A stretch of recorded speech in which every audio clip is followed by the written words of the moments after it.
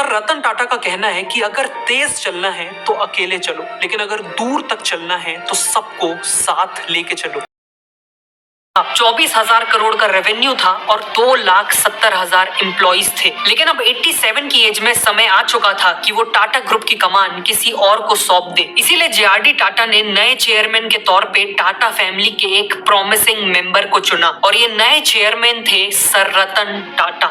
Chairman बनने से करीब 30 साल पहले 1962 तक सर रतन टाटा यूएसए में आर्किटेक्चर की पढ़ाई कर रहे थे कि तभी उन्हें जेआरडी टाटा का लेटर आया जिसमें उन्हें इंडिया आके बिजनेस ज्वाइन करने को कहा गया था। रतन टाटा ने इंडिया आके टाटा स्टील को ज्वाइन किया और वहां एक नॉर्मल वर्कर की तरह काम स्टार्ट किया। उनके डेडिकेशन और बिजनेस टैलेंट को देखकर उन्हें एक के बाद एक बड़ी रिस्पॉन्सिबिलिटीज मिलने लगी। चेयरमैन बनने से पहले उन्होंने एम्प्रेस मिल को लॉसेस से निकालकर प्रॉफिटेबल बनाया था। टेल्को में एक मेजर लेबर अनरेस्ट को सक्सेसफुली रिजॉल्व किया था और टाटा की नेल्को कंपनी जो रेडियो और टेलीविजन वगैरह बनाती थी उसका रेवेन्यू 3 करोड़ से बढ़ाकर 200 करोड़ किया था। जब 1991 में सर रतन टाटा चेयरमैन बने तो उन्हें पता था कि टाटा ग्रुप बाहर से देखने में तो अच्छा परफॉर्म कर रहा है, लेकिन रियलिटी में कई चीजों में वो पीछे छूट रहा था। उन्हें लगा कि हाई टेक्नोलॉजी जैसे कंप्यूटिंग और एआई में ग्रुप काफी पीछे है और ग्रुप ने बहुत समय से कुछ यूनिक भी नहीं किया है। वो टाटा ग्रुप के थ्रू इंडिया के लिए कुछ रिवॉल्यूशनरी करना चाहते थे। इसी माइंडसेट के साथ उन्होंने देखा कि इंडिया के पास ऐसी कोई भी कार नहीं थी जिसका डिजाइन से लेकर प्रोडक्शन तक सब कुछ इंडिया में हुआ हो। इसीलिए 1995 में रतन टाटा ने एक 100% इंडियन कार बनाने की ठान ली। एक ऐसी कार जो स्पेशियस, फ्यूचरिस्टिक, अफोर्डेबल और हाई माइलेज देती हो। लेकिन एक प्रॉब्लम थी, एक नया मैन्युफैक्चरिंग प्लांट सेटअप करने की कॉस्ट अराउंड $2 बिलियन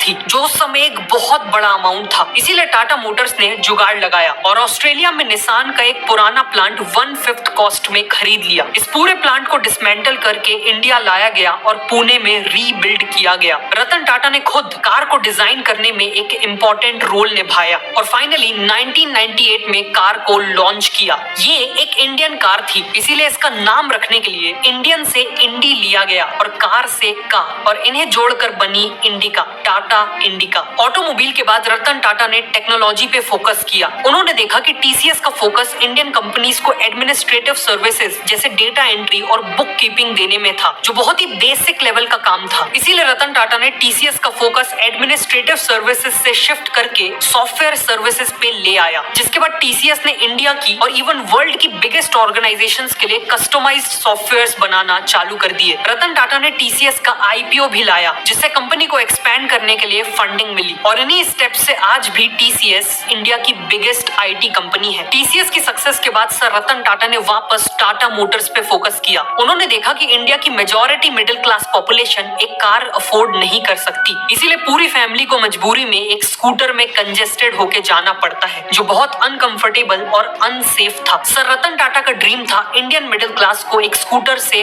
कार में ट्रांजिशन करवाना। इसीलिए उन्होंने अनाउंस कर दिया कि वो एक ऐसी कार लॉन्च करेंगे जिसका प्राइस केवल 1 लाख रुपए होगा। 2009 में अपने प्रॉमिस को रखते हुए उन्होंने 1 लाख के प्राइस पॉइंट पे लॉन्च की टाटा नैनो, लेकिन अनफॉर्चुनेटली नैनो एक फेलियर साबित हुई। नैनो का सबसे बड़ा एडवांटेज था उसका सस्ता प्राइस, पर यही उसका सबसे बड़ा डिसएडवांटेज बन गया। इंडिया में लोग कार को एक स्टेटस सिंबल की तरह देखते हैं, जिसके पास एक कार होती है उसे सक्सेसफुल माना जाता है। लेकिन नैनो के सस्ते प्राइस और उसके डिजाइन के कारण लोगों ने उसे world's cheapest car, match box और इवन कवर्ड ऑटो रिक्शा की तरह ब्रांड कर दिया। जहां दूसरे कार ओनर्स अपनी कार के कारण प्राउड फील करते थे, वहीं नैनो के ओनर्स अपनी कार के कारण एम्बैरेस्ड फील करते थे और इसीलिए नैनो एक फेलियर साबित हुई। लेकिन टाटा मोटर्स ने इस फेलियर से कंज्यूमर बिहेवियर के बारे में बहुत कुछ सीखा, जो आज उनकी लाइनअप में देखा भी जा सकता है। आज टाटा मोटर्स टाटा ग्रुप की सबसे ज्यादा रेवेन्यू कमाने वाली कंपनी बन चुकी है। Finally sir Ratan Tata deeply चाहते थे कि इंडिया की कंपनीज को केवल इंडिया नहीं बल्कि पूरे वर्ल्ड में बिजनेस करना चाहिए और इसीलिए फॉरेन मार्केट्स में एक्सपैंड करने के लिए उन्होंने एक के बाद एक फॉरेन ब्रांड्स को अक्वायर करना चालू कर दिया। जैसे टाटा मोटर्स को ग्लोबल लग्जरी मार्केट में एक्सपैंड करने के लिए उन्होंने जैगुआर और लैंड रोवर को अक्वायर कर लिया। ग्लोबल टी और कॉफी मार्केट में एक्सपैंड करने के लिए ब्रिटिश ब्रांड टेटली और यूएस ब्रांड 8 o'clock कॉफी को अक्वायर कर लिया। सिमिलरली टाटा की हर मेजर कंपनी जैसे टाटा स्टील, टीसीएस,